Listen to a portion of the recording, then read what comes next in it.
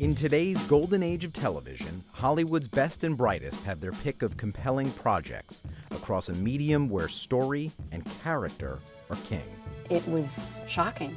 Over the next hour, Variety Studio invites you to go behind the scenes with today's top acting talent. I read it and I thought, I have to do this. With Benedict Cumberbatch and Claire Foy, Angela Bassett and Laura Dern, Darren Criss and Mandy Moore, Jason Bateman and Bill Hader, Jessica Biel and Alison Brie.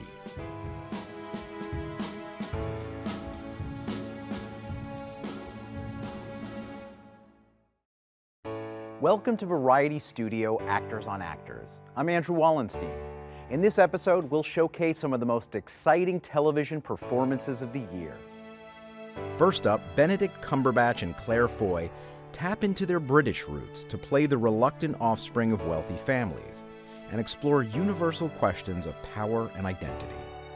In the limited series Patrick Melrose, Emmy winner Benedict Cumberbatch portrays a privileged man who struggles to recover from a deeply traumatic childhood. Everything okay, sir? Keep asking that, but how can everything be okay? It's simply too much to hope. Because there have been some complaints. You mean the voices aren't just in my head? Perhaps I ought to get the, I suppose I could trouble you for a quarter for the telephone. In The Crown, Emmy nominee Claire Foy embodies both woman and monarch as Elizabeth II, the reigning queen of the United Kingdom. But when the truth finally came out, the truth, it makes a mockery of even the central tenets of Christianity. There is no possibility of my forgiving you. The question is, how on earth can you forgive yourself? Claire Foy, Yes. Did the Crown choose you, or did you choose the Crown, or was it a bit of both? That's a sign for That's synergy it. or synchronicity Yeah, or or- something. Yeah, or like, oh. It was both, I think. Yeah. I was Do you know about it before you were called up for an audition or a No. chat or an offer? No. no. I think they'd done like a reading Right. of it to sort of try it out. But Which just script stage rather than people in it, just like Yeah. for Peter to hear it. yeah, and Peter Morgan, sorry. Peter the Morgan, writer. the creator of The Crown. But I didn't. No, I was 5 months pregnant, and I'd been working. I'd just done Wolf Hall. Wow. And so I had done Wolf Hall and gone, okay, I can have a baby now. Like, it wasn't like I didn't actually think, now I'm going to have a baby, but I just sort of went, This would be an all right time to do that. I'm done. I was Yeah, like, I'm done. yeah. I felt like I was like, that was like a dream job for me. It Wolf was Hall. amazing. And It so was an I amazing just series. was like, if this is the end of my career, then I'm happy. So I, was really happy to be pregnant and just loved not working and loved the idea of like eons of time ahead of me where I'd be bringing up my child.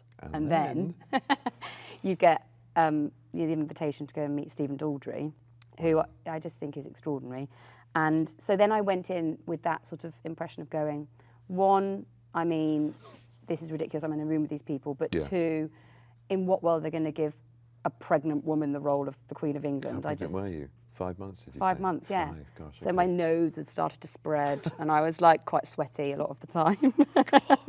And also just because it's one of those jobs where I don't know whether you do this, but I definitely do it, where I think in my head, I know all the incredible people that I know.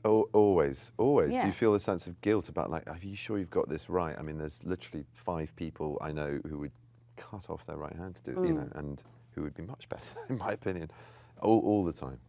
And it's like, you know how lucky you are when it works out for you.